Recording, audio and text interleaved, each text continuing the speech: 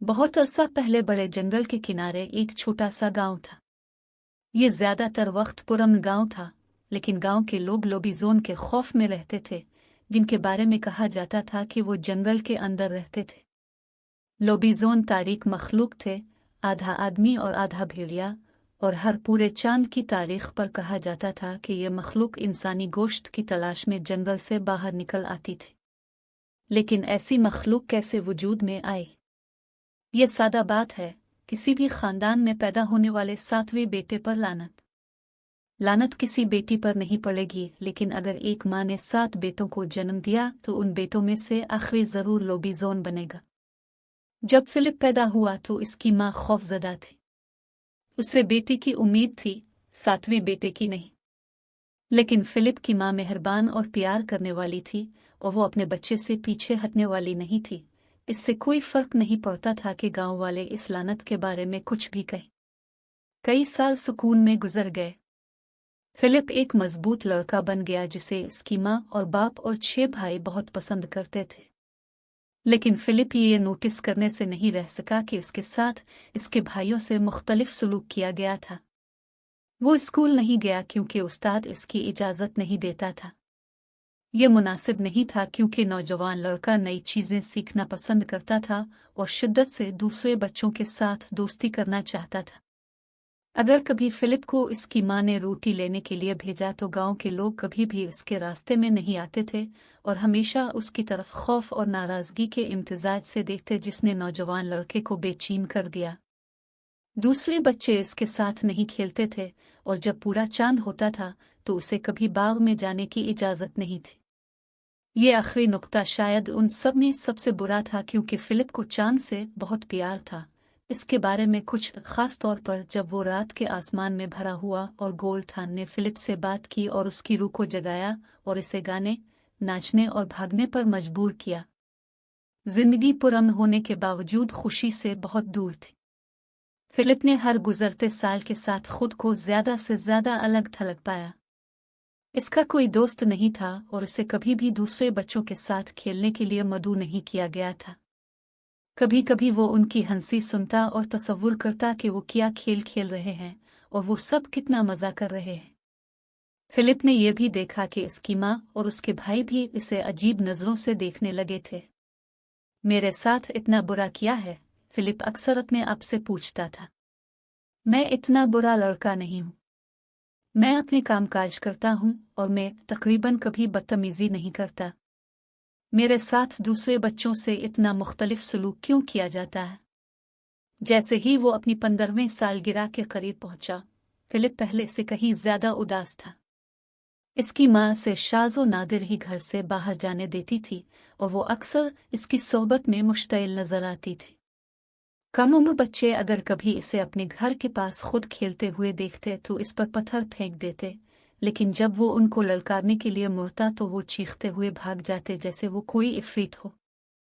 कभी कभी फिलिप बड़े जंगल में पनाह ढूंढने और कभी वापस न आने की ख्वाहिश करता था। एक दिन इसकी माँ ने इसे बिठाया और उसकी परेशानी की वजह बताई। तुम मेरे 7वें बेटे हो, उसने कहा, और मेरे बच्चे, तुम पर लानत है। फिलिप बहुत परेशान था। कैसी लानत? उसने पूछा। अपनी 15वीं सालगिरह पर आप एक लोबीजोन बन जाएंगे, एक ऐसी मखलूक जो आधा इंसान और आधा भेड़िया है। फिलिप अपनी किताबों से लोबीजोन के बारे में सब कुछ जानता था और उन कहानियों से जो उसके भाइयों ने रात को शेयर की थी जब भी उन्हें लगता था कि वो अपने बिस्तर पर सो रहा है। लेकिन उन्होंने फिलिप को कभी नहीं बताया था कि वो इस तरह मलून है। वो लोबीजोन नहीं बनना चाहता था। वो शैतानी या जालिम नहीं बनना चाहता था, और उसे अपने पूरे जिस्म पर लंबे पंजों और मोटी खाल होने के ख्याल के बारे में बिल्कुल भी यकीन नहीं था। अपनी 15वीं सालगिरह के मौका पर नौजवान फिलिप अपनी पूरी जिंदगी में इससे ज्यादा उदास था जितना वो पहले कभी नहीं था। वो अंधेरे में बिस्तर पर बैठकर अपने आप से रोने लगा। मैं हमेशा अकेला रहा हूं, उसने सोचा। मेरे साथ हमेशा मुख्तलिफ सलूक किया गया है, और अब मैं लोबीजोन बनने पर लानत शुदा हूं। मैं क्या करूं? मैं सिर्फ इतना चाहता था कि हर एक के साथ वैसा ही सलूक किया जाए। मैं सिर्फ इतना चाहता था कि दोस्तों के साथ जंगल में खेलूं और रात को खूबसूरत चांद की तारीफ करूं। इसी वक्त फिलिप ने अपने बेडरूम की खिड़की से बाहर देखा और देखा कि चांद सितारों से भरे गहरे नीले आसमान में तुलू हो रहा था। ये एक बड़ा खूबसूरत पूरा चांद था और उसने इसका दिल खुशी से भर दिया। फिर कुछ बहुत ही अजीब हुआ। फिलिप ने अपने पेट में हलचल महसूस की और अपनी जिल्द पर खारिश महसूस की। इसके सीने से चीखने की आवाज आई और उसने चांद की तरफ सर उठाकर उसे पुकारा जैसा उसने पहले कभी नहीं किया था।